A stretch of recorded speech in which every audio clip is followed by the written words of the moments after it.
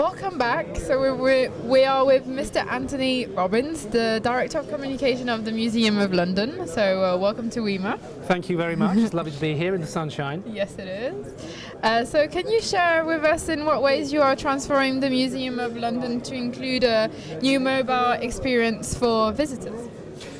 Museums across the world have to find new ways of engaging audiences. Gone are the days when we could present our artifacts, our collections in dusty cases for people to gratefully go round and lap it all up and read about it in long and boring captions. Museums have to be where people are, and people are living their life online and digitally and through social media. And so that's why we at the Museum of London have embraced a small program initially of NFC, of Near Field Communications, to help people use their smartphones to explore our collections and to allow people to explore the museum in new ways. So can you tell us about some of the past trials you have done using NFC, and why you think that NFC has been limited for you as a museum to roll out on a bigger level, and is the market and infrastructure ready now? Oh, that's a long question. Yeah, it is. We were one of the very first museums to use augmented reality with our app, which is called Street Museum, which allows us to share about 400 images in our collection with real London locations. And because of the success of this app, which was just a slight afterthought, we thought it would be downloaded 5 or maybe 10,000 times, and it's been downloaded 500,000 times and has won many awards. That's really good. Yeah, that positioned us differently, and I think people thought about the Museum of London brand differently, which is why Nokia came to us. Nokia came to us to trial NFC in the museum, which, as I say, we have done in a limited way. I think it's true to say that NFC is a technology not very well understood in the UK. I'm a Londoner, I use it every day to go through the London Underground, but most people wouldn't know that they're using NFC when they put their Oyster card onto the reader. So I think it's early days for us. It has been a success, but it hasn't exploded for us. So what we're doing is we are watching and listening and seeing where the technology takes us. It is interesting to see that other museums, I think we were the very first museum to use NFC, we embraced it in 2010, other museums have followed. The Quai Branly in Paris, some of the museums in Poland are using this technology. For the moment, I think it does have its limitations. You can't use it on an Apple iPhone. Many of our, I think that's true to say still, many of our audiences are using Apple iPhones and smartphones and iPads and are probably sort of not aware of the technology. So for us, we're still going with it. We're grateful to be working with Nokia, which is a great brand, and we'll just see where the technology takes us. But I'm really happy that we've done it, and it's been an interesting experiment for us and an interesting brand partnership with an important company like Nokia.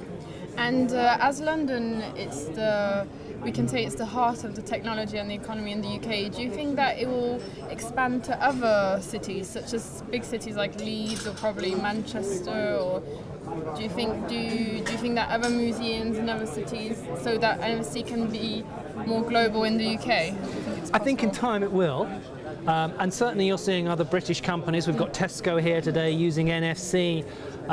Some of the travel companies are using it, and of course, we don't live in an isolated bubble. I'm here at a conference. I'm probably one of the only people from a museum, so we learn from other sectors, of course, but we have to make sure that the investment is right. And of course, unlike Tesco or some of the other bigger companies here, museums don't have such deep pockets, so in some ways we have to be a little bit more conservative, but we're always open for the next opportunity and the next partnership. But of course, it all comes to funding and for investing right and for keeping an eye on the market and make sure that we invest in the right technology. I think for us at the museum at the moment, NFC is a bit like the discussion in Britain between VHS and Betamax before you were born, and which technology will take off, which will be the big technology. So let's see what happens with NFC, and let's see what happens with other technologies. Let's look, let's listen, and let's be open, and let's hear from others at this conference about where the technology could take us. And do you think the new wave of complementary proximity solution available for use in marketing, as well as payments such as BLE or QR code, will offer your visitors more enhanced experience in synergy with NFC? I'm not an expert about these technologies, but certainly, you know, we're seeing the increasing use of QR codes, particularly here in France. You can't go onto a cycle track in France without pinging your phone against a QR code.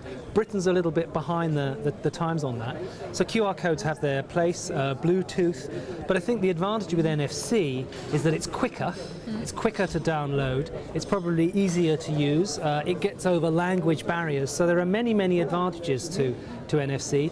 It's just making sure that that's where our customers are. And we need to make sure that NFC isn't just a way of sharing the museum's collection, of sharing our content, but also drives sales.